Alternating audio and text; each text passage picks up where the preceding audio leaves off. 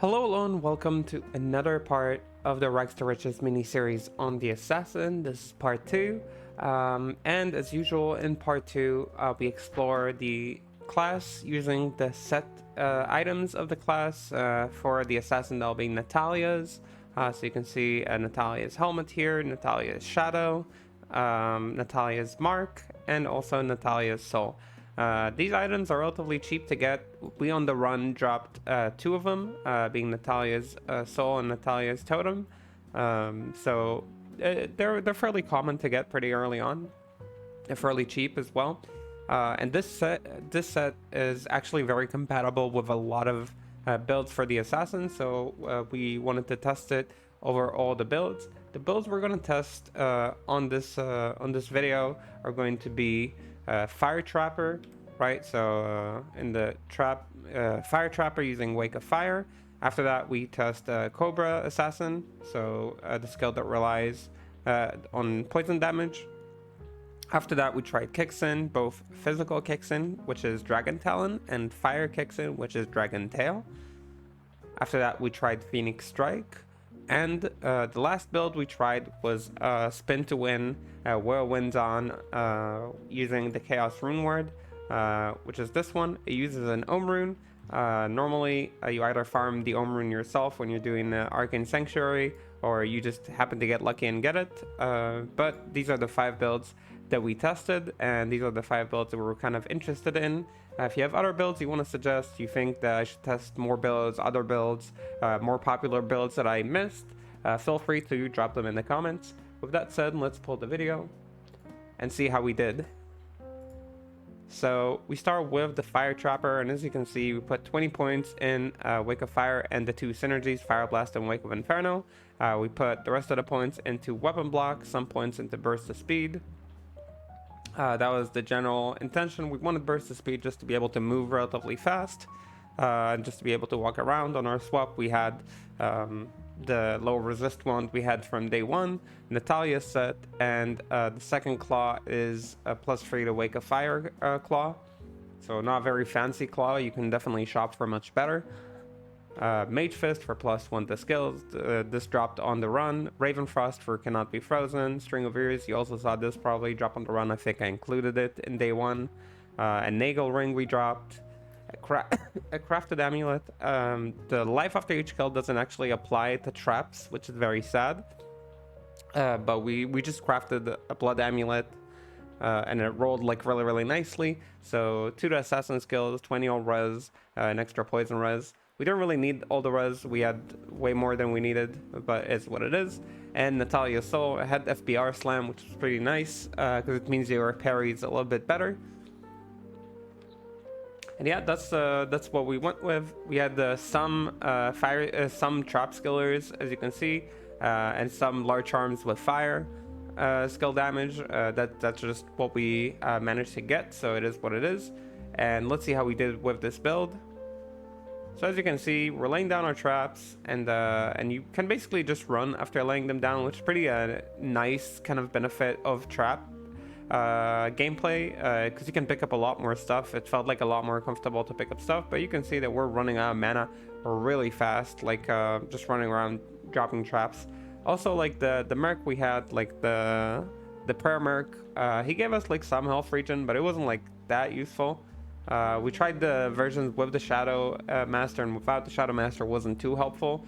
They were mostly keeping our merc alive, which is why I was thinking to myself I want to swap to the Act 2 merc, the Act 2 Defiance merc with an Insight. As you can see now, I'm already wearing an Insight on the Act 3 merc, which helps with our mana issues. So I would recommend making one either an Act 3 merc or an Act 2 merc. We tested both of them. I just think Act 2 merc did a little bit better. Just the extra defense is nice to have, and he dies way less because he's just more tanky and he's better at life leeching. But as you can see, running different maps, West March and Crypts were the 2 main ones that I felt were the best ones. Overall, this did okay. We managed to clear 10 to 12 minute tier 1 maps, which is not bad at all in general for like a day 2 kind of setup, very budgety kind of approach. And I was told that generally like I said, it was mentioned in a few videos already that when I say day 1, day 2, a lot of people can do what I do in one day, and that's very obvious because for some people day means like 2 to 4 hours, for some it's 4 to 6, for me it's like way more days, like 8 hours at least. So just generally, like even if I say day 2 and you're not there yet, just think of these as like pit stops on the way to getting riches. Don't necessarily think, oh, I have to get this by day 2 or I'm behind or something like that, because everybody has their own pace and that's perfectly fine.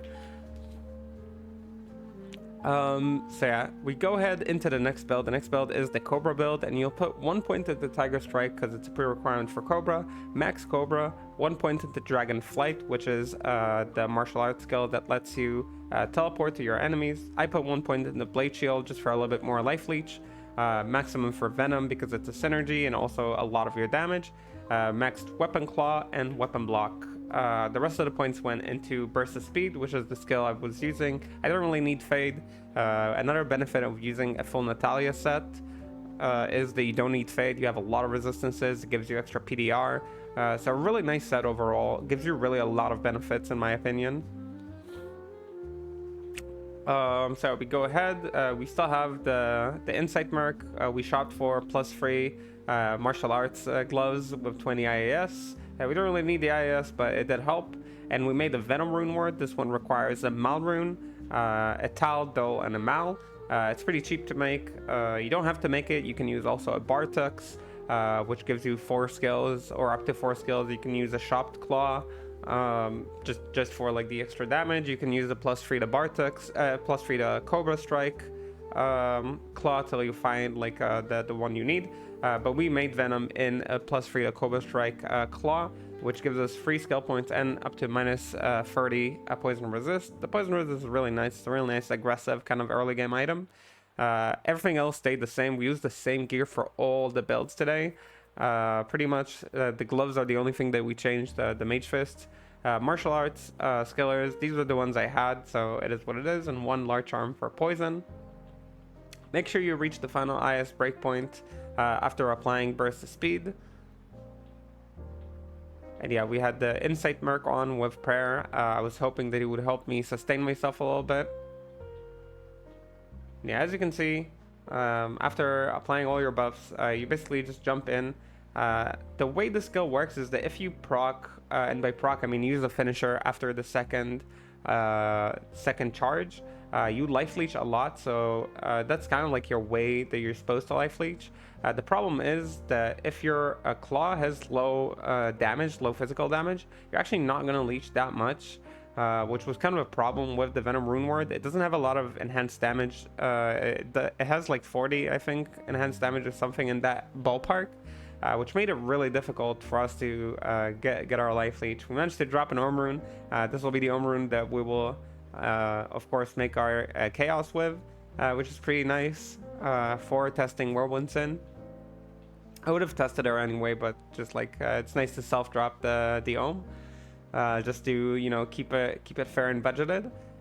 We took it both to Horizon and to Caldeum. Caldeum was a lot better than Horizon for this build, much faster. We also tried to use a Bartux over the Venom rune ward. The Bartux is relatively cheap. Usually you can get it for a few Wallstone shards early on. So we wanted to test it over the Venom, and it actually did a lot better, mostly because it was leeching a lot more. Bartux is really nice. Legendary Mullet, always a Stone Crusher. You know that it's always a Stone Crusher. It's never a Schaefer. So it was really nice to kind of test the Bartux. As you can see, like I'm way more topped off on my health right now. So if you want something that is more self-sustained, I would use the Bartux over the Venom. It saves you a Mal rune too. So I was pretty happy with how it performed. We managed to do 10 to 12 minute maps with the Cobra build, or Cobra Assassin. So again, another solid day 2 kind of early mapping budget approach.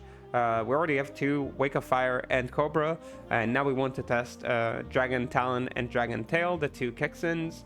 Dragon Talon is a physical based one, and Dragon Tail is a fire based build.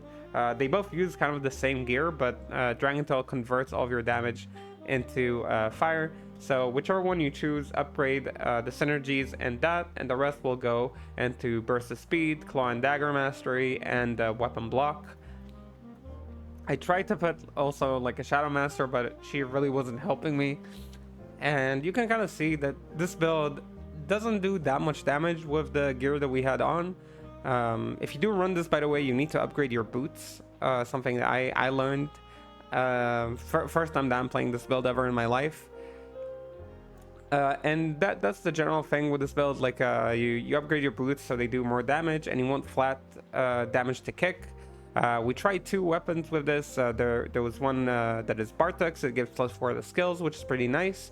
The other one we tried is the Black Rune Word, which is really cheap to get. But sadly, the Black Rune Word wasn't too useful. You can see that's what we used in the beginning.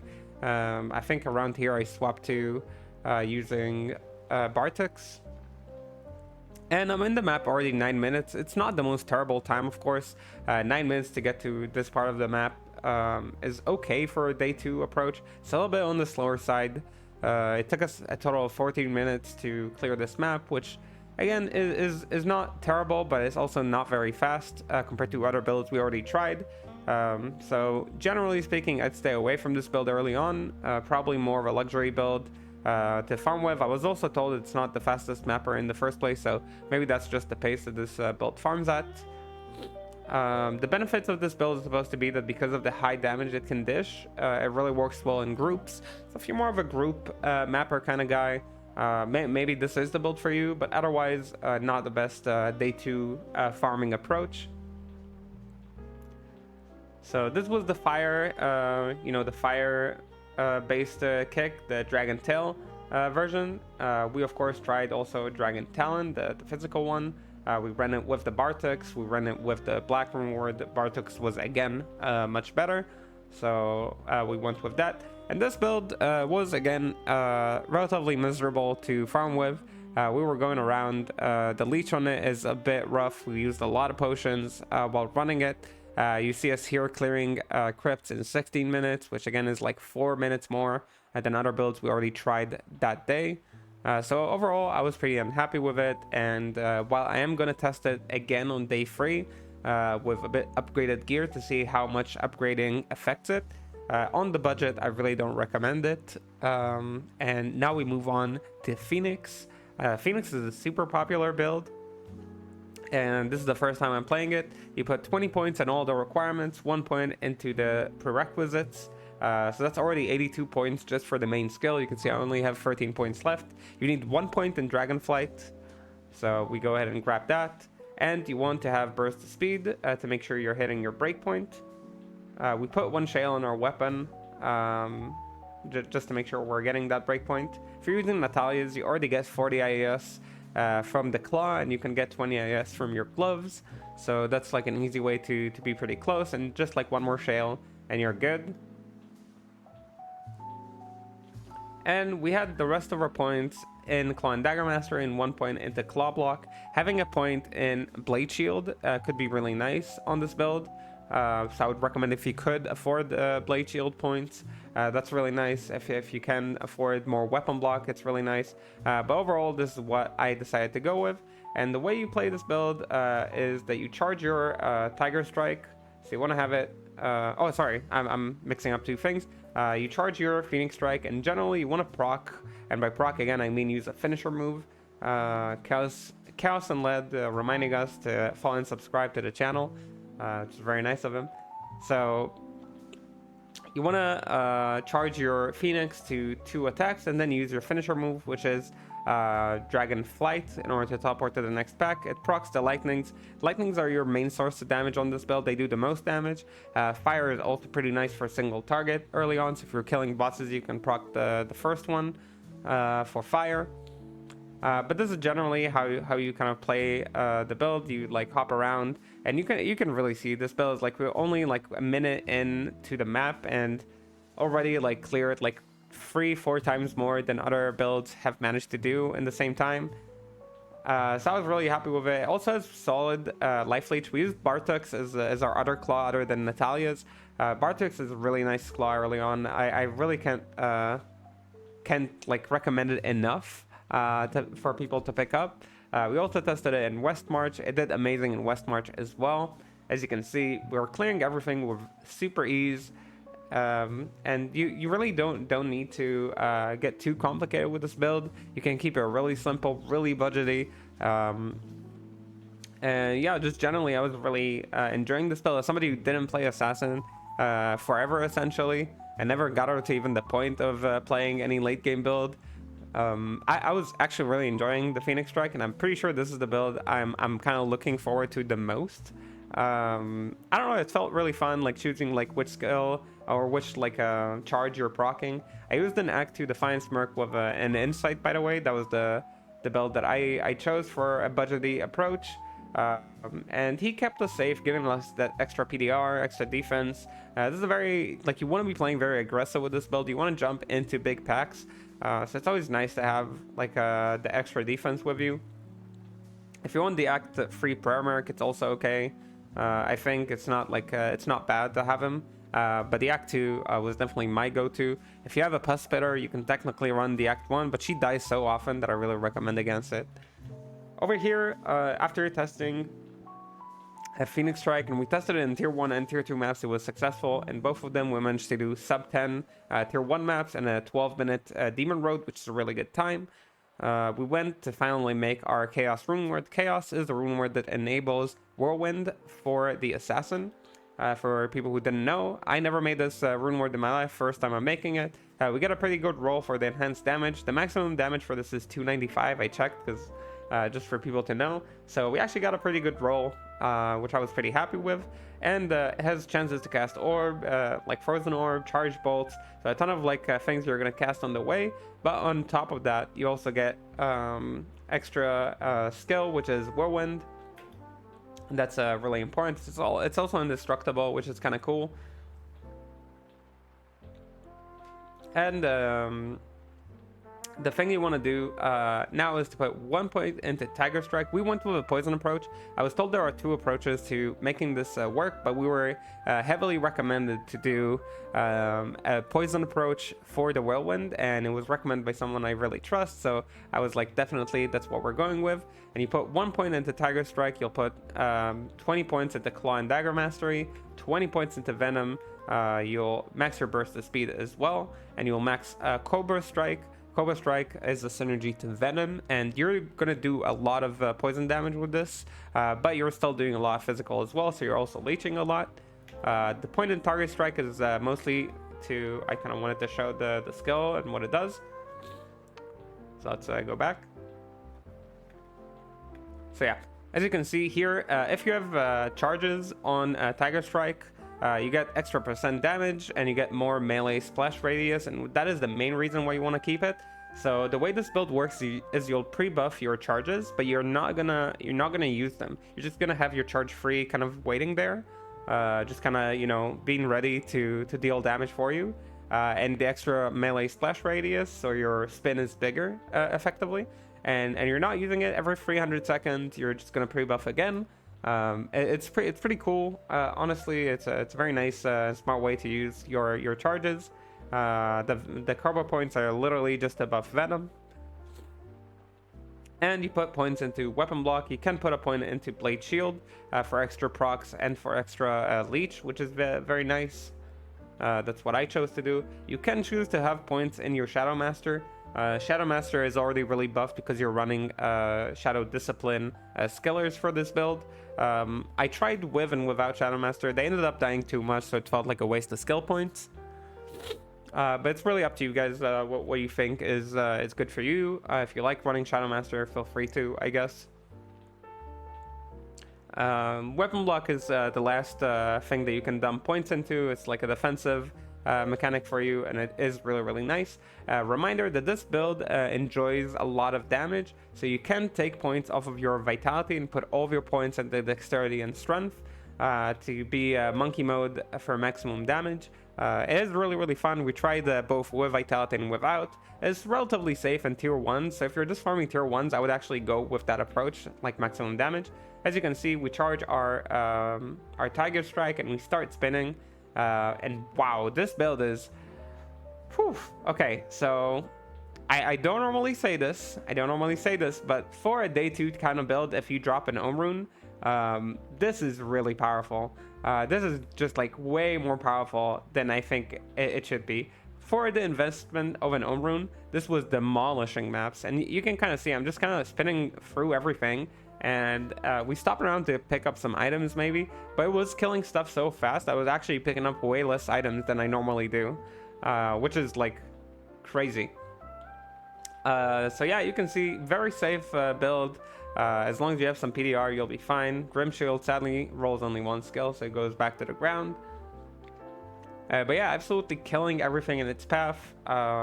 In the tier 1s, like really hard to say no to this kind of build.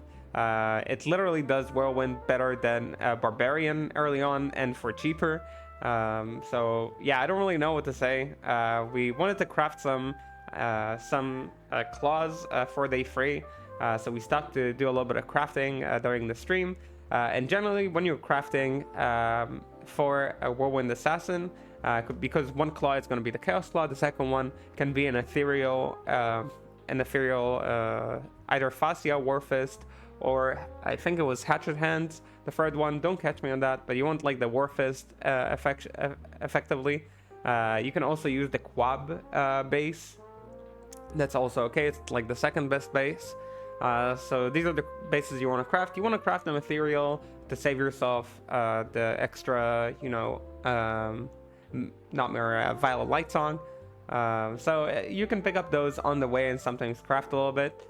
We decided to try a little bit of crafting. Apparently, to get like a solid craft, you want to be hitting around 300 to 400 enhanced damage, and having amp on it is a really big benefit as well. Even though it looks like it basically kills everything, so you don't really need the amp. So I don't know if I would aim for something like amp. Everything else that gives damage is a nice bonus. But yeah, as you can see, going to tier 2 maps, it didn't really slow us down.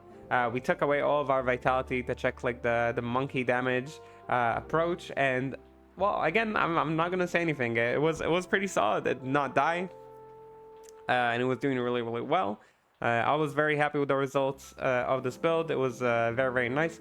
It's not as fun to play it, in my opinion, as a Phoenix build, and that's just obviously my subjective little perspective. But I think this will be the go-to for most sins. It should be the go-to if you're just trying to get rich and you're playing an assassin early on in the season. I'm pretty sure this is one of the best mapping builds that we've tested on all the classes that we tried early on. It was clearing 8-minute to 10-minute tier 1 maps with just like that budgety approach. It was managing to do 10 to 12-minute tier 2 maps. So again, super strong. You can see us doing like 5 minutes for like half of Demon Road here, which was like crazy fast. So yeah, pretty much a crazy build, super effective. It costs you an Ohm Rune for the Rune Ward, but if you happen to drop it while farming Arcane Sanctuary, which is something you want to do on day 1 anyway, or if you just happen to get lucky and get something that is worth an Ohm Rune and you manage to trade it early, amazing way to farm, really recommended. You can see it's even going to tier 3s, which is something I only reserved to builds that were super effective on day 2. And we went into tier 3, we cleared like the throne. It was doing really well in the throne. We also got like we got an extra map here as well, so obviously that took us a lot more time to farm, but we farmed 2 tier 3 maps on this build, and both of them were pretty much breezy. You can see us going into very dangerous mobs with low HP, still surviving, still being okay. If you are going with the maximum damage approach, I would stay away from tier 3s just because there are more dangerous mobs there. You are gonna get possibly murked, especially if you are in HC. So keeping some vitality on you is probably a good way to go. But yeah, that was the approach that we took with it. We tried all the different tiers of maps. And yeah, Whirlwind Assassin, most powerful, or one of the most powerful day 2 farming builds that I have tested in terms of clear speed and you know, viability, self-sustain, all that. As you can see, we kept the same gear. The only thing we swapped was the gloves. We swapped from Venom Grip. Sorry, we swapped from from the martial art gloves that we found, the 320s, to Venom Grip. The reason we swapped to Venom Grip is to have a little bit crushing blow. This is a fairly cheap thing that you drop usually while running. You can also use things like I forget now the name, so I'm just gonna go to the glove tab. No, glove tab is here. You can use something like a grave palm. You can use a chance guard. If you find a laying of hands, that's fine. You can use ghoul hides. You can use steel rend, drax. Like all of them are okay. You can even use lava goats if you want like the enchant fire buff, or like the half freeze helps you for some reason. All of them are fine. It really isn't like the hugest deal, like running this or not running this. But yeah, that was our experience playing day 2 Assassin. On day 3, the plan is to... Sorry, I just... Oh, wow. I just had to clean my nose there. So, on day 3, the plan is to test all these 5 builds. So, again, trying the Wake of Fire, trying Cobra, trying Kicksin, trying Phoenix, and trying Spin to Win Assassin. So we'll test all these 5 builds, but with upgraded gear, with more specialized items for them. So that's going to be a nice thing to see how it affects every different class. And we're also going to take two builds to declone. The builds I want to take right now are Cobra and Blade Sentinel. If there are other builds you want to see bossing, so we did already Traps, I want to see Martial Arts, and I want to see Blade Sentinel, which is the most popular bossing build. So we're going to take these 3 and see how they do with relatively budget approaches on declone. So all that is going to happen on day 3. If you enjoyed this content and you like what we're doing here, and by we, I mean me, then feel free and encouraged to drop a like and subscribe. All the other free stuff that really helped the channel grow. I really appreciate it. It's been so crazy to see all the love and appreciation recently. I really didn't expect this when I started this. I just wanted to make like a few guides because I felt like I was looking for things that were more geared towards my way of understanding, and I was like, okay, let me go ahead and make it. And I've just been so happy to see the reactions from you guys. So thank you all for the amazing reactions. And yeah, with that said, I'll see you in the next stream or in the next video, wherever I cast you. And have a good whatever you're having. Bye bye bye bye bye bye bye.